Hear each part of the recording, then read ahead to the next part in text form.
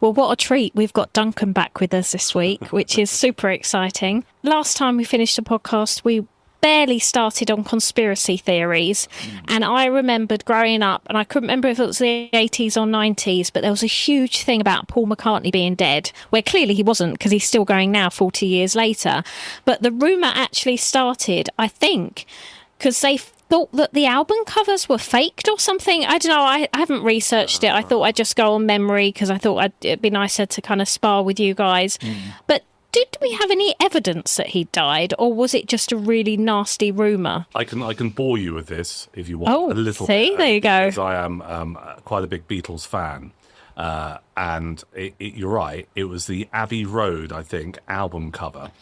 And if you look at it online, if you Google it, there are certain things that people have used to say, aha, well, Paul McCartney is dead. So I'm hesitating a little bit because I'm trying to bring up an image of the Abbey Road album cover so I can tell you why I think. It's the one with the famous zebra crossing, isn't it? Or not? I don't know. Yeah, well, that's outside Abbey Road Studios in North London. Yeah. You're absolutely right. So there's a famous zebra crossing. And yeah, there are two things I remember without actually looking at what is the conspiracy theory. One is Paul McCartney is walking across the zebra crossing in bare feet. Yeah. Which, is that an Indian thing or something? If someone's passed to the other side? Subcontinent, yeah. Yeah, so he's barefooted, and there's something about a number plate on the album cover. I think it's the VW Beetle, which is on the left side, which I'm looking at now, but I can't quite make out the number plate. But someone kind of said, well, that could mean this. I'm just going to see if I can get a... Wasn't there something about playing the song backwards as well? And then if you played it backwards, there were some lyrics that didn't really make sense, but to some people who believe because it's like any conspiracy theory, if you believe it, then you can make it true, right?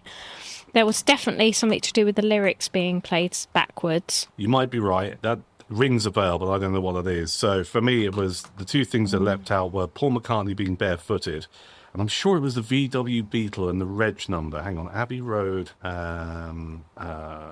Beetle. If I type in Beetle as in the car, Abbey Road Beetle, hang on. LMV, I think it is. I've got it, yeah. Yeah, I've got it here. LMW, that's LMW. it, 281F. They thought that the bottom row of numbers and letters, he would have been 28 if he'd lived. Oh, gosh, how vague. You see the 281F at the bottom?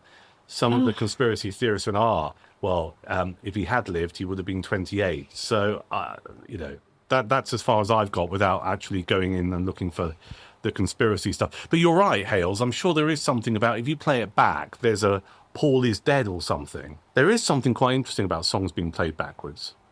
Right. I did a thing once on the radio about it. If you need the it's quite easy to do now, because in the old days you would either have to get a turntable, and if you were lucky enough in a radio studio, you'd have a turntable that you could reverse, so it would play stuff backwards. Or what you would do is record it onto 1/4-inch tape and then play that backwards. But now with like Adobe and stuff like that, it's really easy with audio software. If you play Another One Bites the Dust by Queen backwards in a certain place, you can distinctively hear the phrase, decide to smoke marijuana. No, really? Absolutely. Try it. I love that so much. And I remember when I was growing up, there was always conspiracy theory, about ghosts being caught on camera or in the back of a film, or a EastEnders, there being like a energy or a orb, I think they called them. And I remember my mum getting quite into that and almost believing it really when she saw that like a blurry shape in the background that was like proof of something, which clearly it wasn't. Have you done the Man on the Moon? You must have done that. Did that crop up? The Man on the Moon. Or whether or not men or anyone ever went to the moon. That must have come up as a conspiracy theory. Oh, yeah, In fact, it was definitely. all filmed in a studio somewhere. Yeah, my take on that one is that, frankly, if they did fake it, keeping it a secret is a greater achievement than going to the moon. Yeah, If you stop and think about it. I mean, the people who must have been in on it, what's happened to them? Have they all been eliminated in mysterious car crashes and things? You're right. If someone has managed to keep that secret for so long, that is a remarkable achievement. I saw a documentary about it a while ago in which they said, and this took me aback a bit, they said, if you look at the mission control, there's all these rows of men sitting behind what appear to be computers.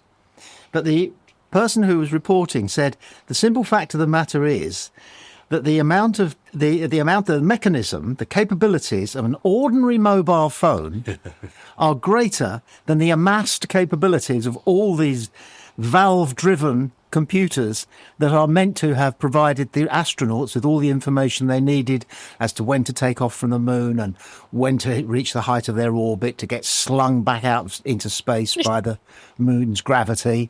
I would like to think that they went, but I'm also a sucker for conspiracy theories, and I do like the way that one's put together. I like the way the 9/11 documentary, Loose Change, is put together, because it's very convincing in explaining why those planes weren't what they claimed, what the American government and intelligence services claimed that they were. Especially the Pentagon one, which hit the front door of the Pentagon and didn't even touch the grass. And they said that's a feat of flying that your top-notch pilot can't replicate. I'm not sure about the Pentagon one. It doesn't add up. The one that landed in a field where the passengers are supposed to have tackled the terrorists up front, and the plane spun out of control and landed in a field in the middle of nowhere. They got reporters onto the scene pretty quickly, and they said there was nothing. It was just a hole. Somebody had fired a missile into the ground from up high. That's all it was.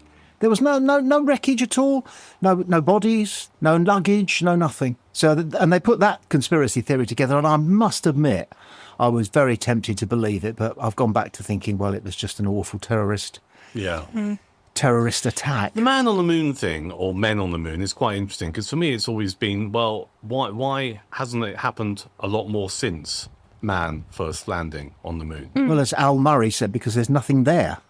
Yeah, but there's no pub. But it's man's curiosity to surely want to return again and again to try and find something if on your first visit there's nothing there. And also from a geopolitical point of view, and maybe, I mean, the world has changed a lot since then, but you could argue we have an element of a Cold War going on now. But it's about kudos, isn't it? I mean, you would want to be either America or Russia to say, we did it last year, we're going to go up again this year and stuff, and it never really happened. No. I wonder why. Were you there? Were you watching in 1969? Do you have any memories of watching it? No, I wasn't born. I wasn't born. Oh. I remember it well. Tommy, your turn. I do remember it well. I remember the launch. I remember a great deal of excitement. I remember the first time an American went into space, John Glenn. I was 10 and I was at primary school, and it's the only moment I saw our miserable 50-year-old female class teacher interested. And what she'd done is she'd brought in a radio so that she could listen to the launch, and she stopped the class and she put the radio on her desk, and she got her ear right up against it, and she was clearly excited. So I knew that this was something, space travel. And when they landed on the moon, they weren't due to do the first moonwalk until about 4 a.m. All right. Our time. So that was peak time American viewing, of course. And I went to bed because I had school in the morning. My grandfather, he stayed up and watched it, and I was really impressed. And the next morning I said to him, did you enjoy it? And he said, well, listen, son, he said, when I was born, man couldn't fly. And in the space of my little life, we've gone from being unable to fly to going to the moon. So that is the biggest set of advances in my lifetime, is travel and transport. Yeah. And that stuck with me. But it got boring in the end. I mean, they would hop around and do little boring. I've never heard the moon landing be described as boring. Oh, you sat through it endlessly. 2 men on the ground, hopping. You couldn't see their faces. The pictures were grainy, and they would do stunty things like hit a golf ball. Yeah. They took a golf club up to the moon and they hit a golf ball. I forget which astronaut it was, but like all golfers, he exaggerated and said it's gone miles and miles and miles. And we can see that it just went about 15 feet. You know, one of them fell over at one point and everybody was dead worried, but, he lived. What I do know is that they had prepared a statement, and they had the president, who would have been Nixon, I think, had it to read in the event of the lunar module not taking off, which meant that they would suffocate there. They would die there. And I've seen the speech. that he was going to deliver under those circumstances, and it's obviously very moving. Yeah. But the fact that that contingency was planned for suggests to me that, they did go. Who's the astronaut who famously thumped someone? There's some footage knocking around. He was part of the moon landings. Buzz Aldrin? It must have been buzzed, mustn't it? Yes. And there's some footage of some guy just literally harassing him outside a hotel. Yeah. And he wallops him. He wallops him, yeah. He was quite a character, Buzz Aldrin. You know, the story goes that his nickname, Buzz Aldrin, it's a good nickname. Yeah. But it's not because he was a fighter pilot, Right. which you'd think, because they buzz the enemy, What, was he don't a they? barber? No, he was afraid of bees. Is that good? Hey. Yeah, I enjoyed Houston, We Have a Problem. Do you know that one, Hayley? No. They were on their way to the moon when there was an explosion aboard. It was Apollo 13, funnily enough, number 13. And there was an explosion, and it blew out part of the instrumentation. Gosh. And so they had to recalculate. They had to find ways of dealing with the moisture that was going to build up inside the spaceship. And in order to turn round, they had no directional jets or anything, so they couldn't do a 3-point turn. So what they had to do was fly to the moon, fly all the way round it, and then use that trajectory to come out of orbit and head back towards Earth. So for about however long it was, I don't know, they were out of contact, and we didn't know whether they were alive or not, because on the dark side of the moon, you can't get a radio signal back to Earth. So it all went quiet. And of course, Patrick Moore was absolutely super animated in all of this extraordinary set of events. And the other one who was Michael Burke, no, James Burke, the bespectacle presenter of science programmes. Yeah. They were corralled into 24/7 coverage of this Earth-stopping event. The whole planet stopped to watch. But you were bored. I wasn't bored during that one because that was a matter of life and death. Yeah. Right. You So know. you need something to be that dramatic. Yeah, and Yeah. do you know what? The conspiracy theorists wouldn't leave that one alone. They said that because interest in the moon landings was declining dramatically, people would rather watch a rerun of I Love Lucy than two Americans hopping around allegedly in space. So they said, we need something dramatic. We need to capture the nation and the world's attention.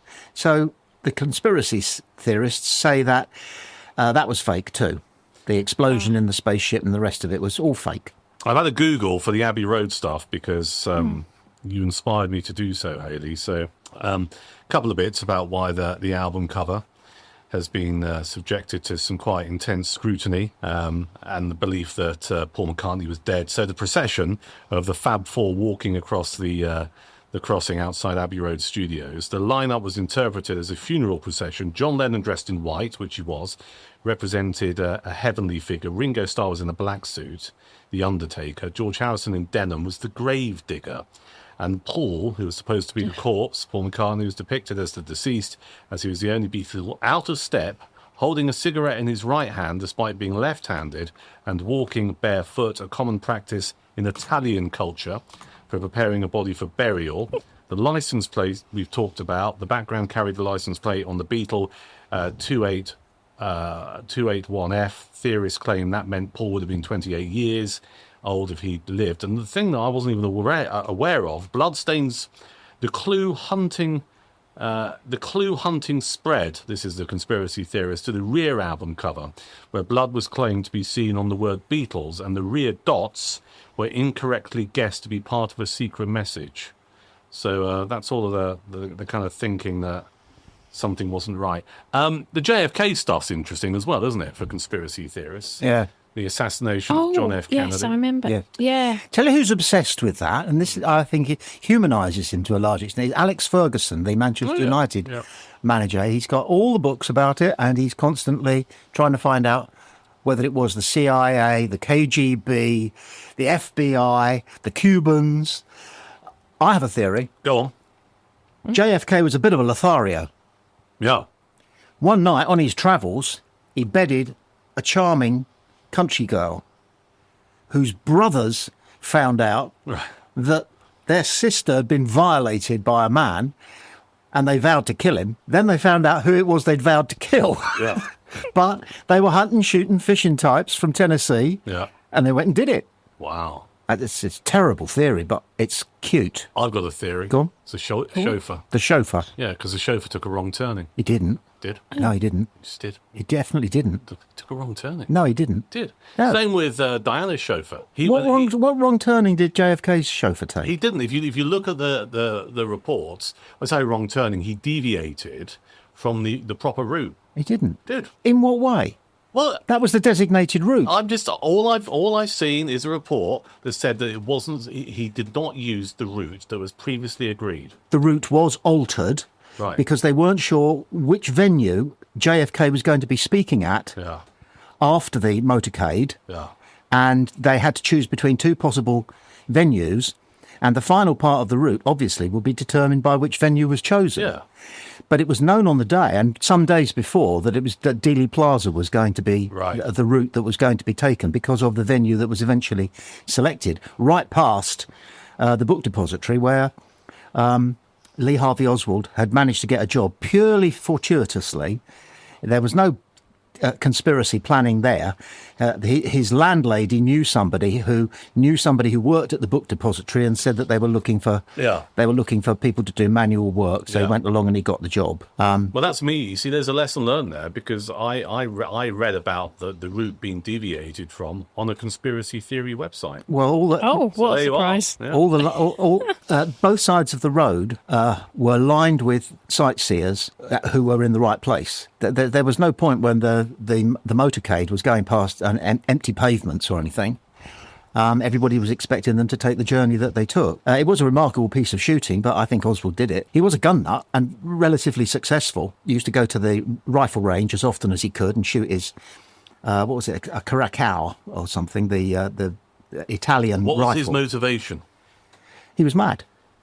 He'd attempted to assassinate a senator about 5-6 weeks before. Right. Okay. And he got a shot off at him in his garden. Right. He was a troubled man, clearly a troubled man. To defect to the Soviet Union on your own. There was an interesting quote by one of the generals in the US Marines. He said, of course he did it. We trained him. Of course he was a good shot. Any Marine worth his salt could have hit the back of a guy's head at 80 yards, which is not very far. And what about the Diana? I can't speak this. Diana. The Diana conspiracy. He was drunk. You think so? And he was showing off. Yeah, I think he so. was trying to show off to Dodie and Diane that he could shake off that moped that had spotted. Because his ruse, I believe it was his ruse, was to send out a bogus car early, and so that all the paparazzi would jump on their Lambrettas and follow that, and then he That's clever. he could sneak out and get them to the hotel. Was it the Ritz they were staying at? They left the Ritz, didn't they? so. I think. Where were they going? Yeah. I thought they were going. I don't know. And he had a couple of pernos, but not a lot apparently. Because the theory, the conspiracy theory, is that Diana was pregnant with Dodie's child, and Dodie, of course, being a Muslim, certain elements of the British establishment wouldn't like that. And I think that certainly from whenever I've looked at it, the most well-known conspiracy theory is the establishment swung into action to ensure that that birth never happened. How do you think they would have done it? Killed her? What do you mean? How would they arrange for the car to hit the? I have no idea. I mean, I'm not saying I believe that. Shall I I'm tell just saying- you the best theory to that? Go on. Is that the security operator who was sitting in the passenger seat next to the driver, who was a private security, close protection officer. Rees. Oh, what was his name? Yeah, Yes. go on. Yeah. Well, he was the only one in the car who had a seatbelt on. Yes. Yeah. And all he had to do was lean across when they're doing 60 miles an hour in an underpass and shove the wheel. And the car goes zigzag and into the balustrade. Then, as everyone's lying there, conscious or unconscious or semi-conscious, it delivers some sort of lethal substance via injection probably to make sure that nobody was going to survive. Now, that's, of course, a bonkers conspiracy theory. I don't subscribe to it. I merely pass it on out of interest. And I'm not accusing anybody of doing anything. I'm saying that that's what conspiracy theorists can resort to when it comes to putting a juicy little conspiracy theory And I think together. the bigger question about anything we've just discussed on this episode is why? Why are people keen to not believe what they've been told, or why are they keen to suggest an alternative? What's that about? Yeah, I think it's an ego thing. I think it's a human nature of always wanted to feel like you have something that somebody else doesn't have, whether that's money, fame, information, and a conspiracy theory goes into that bucket for me. If somebody feels like they know something that you don't know, it's a lift up, isn't it? But what I think is interesting is how they even existed before social media. So before the internet, all these theories would have gone round playgrounds, pubs, the TV, that bloke at the pub that always knew what really happened, but he was a big man from, Birmingham or something. How would he have any more information than anyone in the know? And I think that's quite interesting how actually I think there was even more conspiracy theories back in the day, or maybe I'm just not open to them now. Maybe I just block them out. I don't know, but it's interesting how they spread so quickly. In this age of podcasts and social media, you'd think that fueled everyone's obsession with conspiracy theories. But as we know, people were believing stuff and circulating stuff, telling people what they thought really happened decades ago. I just finished a book of Thomas Hardy's short stories, and he's a very interesting writer, but he's very macabre. Almost every short story and long novel ends with an execution. He was fascinated with hanging. But the one that I recall as a result of what you're saying about centuries-old conspiracies. He writes a short story about the man who believes that he saw Napoleon Bonaparte on an English beach doing a reconnaissance for his intended invasion of England towards midnight, using moonlight to do it. And he claims that he saw this man who could only have been Napoleon looking up and down the beach, looking at the beach head, looking at the access to the land above the beach. And he was certain it was Napoleon. They were speaking French. And then as that short story ends, Hardy confirms that in its day, it was a widely believed conspiracy theory that Napoleon had come over here under cover of darkness to plan the invasion. So, yeah, you're right. You're absolutely spot on. They've been around for centuries. What was ancient man and his strange pagan gods but a kind of a conspiracy theory? A belief in dark forces that control us. That probably governs a great many conspiracies, doesn't it? And, and ancient beliefs. So maybe it does go back to ancient beliefs. Yeah, I mean, this is not a conspiracy theory, but I mean, there's some interesting stuff knocking around about Sussex and various locations. So Tom and I live in Sussex. Hayley, you're currently in Somerset, I believe. Yep. I'm sure if you scratch the surface, you could find similar stuff. And it's this belief that if you do certain things will happen. So there is just to, I was going to say the north of Worthing, it's kind of northeast, northwest, you've got, it's either Cissbury or Chanctonbury Ring. And it's believed that if you do certain things on a certain night, the devil may appear. There's a grave on one of those hills. Is it Cissbury or Chanctonbury? I'll have to check. Where there's a grave from a guy who was a local businessman. And if you walk around his grave something like 13 times at midnight, the devil will appear. And all of this kind of stuff. And I find that quite interesting because I don't know where it comes from. But clearly there's a view that, there are people out there who believe that kind of stuff happens. I'm certain that there are a lot of Trump supporters who believe absolutely everything that anybody says or thinks or writes or sings along with a country and western tune to, because they're gullible and they want to believe in they want to believe that you want to believe. Yeah. I've got a conspiracy theory that I invented myself and I believe it. Go on. And it's very simple. It is that Star Trek, the ever-popular space fantasy program Star Trek, was generated by the Ku Klux Klan. And there's absolutely no doubt about the fact that it's true. And I've broadcast it to Americans, and I've been absolutely reviled. and their only argument against that idea is that Captain Kirk and Lieutenant Uhura engaged in the first ever interracial kiss on American TV. And I replied, I think you'll find that a white man kissing a black woman is half of what the Ku Klux Klan are all about. Exploitation of slave women. So there's no incongruity there with the notion that Star Trek belonged to the Ku Klux Klan when it started out. And the Ku Klux Klan said, look, You can't be open about this, but we want all our followers to know. So can you do certain things, such as include the letter K overtly? And you've got Star Trek, Captain Kirk, Mr. Spock, all those Ks. But not only that, the original captain of the Starship Enterprise, who lost the job after the pilot, Right. who was an actor called Christopher Pike, and the character that he played had exactly the same name. I think it was Pike was the character. Yeah, Pike was the character. And the name of the American Confederate general who was the first leader of the Ku Klux Klan was Albert Pike. So they actually gave the original Captain Kirk the same name as the guy who founded the Ku Klux Klan. And there are other little things that I've discovered, such as the number on the side of the Starship Enterprise is the same as the street number for the offices of Philip Morris, the cigarette manufacturer that was allegedly also owned by the Ku Klux Klan and contained a number of Ks on its wrapper, its carton. So it makes sense. Oh, and the Klingons as well. I've forgotten about them. They've got a K. Okay. Definitely okay. And once I begun hunting this conspiracy theory down and fleshing it out, every twist and turn gave me some new evidence. The first Star Trek was sponsored initially by Marlboro. Marlboro ads used to populate every Star Trek episode that went out. And what's his face, the bloke who plays Captain Kirk, William Shatner. Yeah, he actually took part in a series of TV commercials for Marlboro, smoking a Marlboro. Marlboro, really cool. Tasty, tastes good, and will make you live forever. So, and that was one that I didn't dream it up on my own.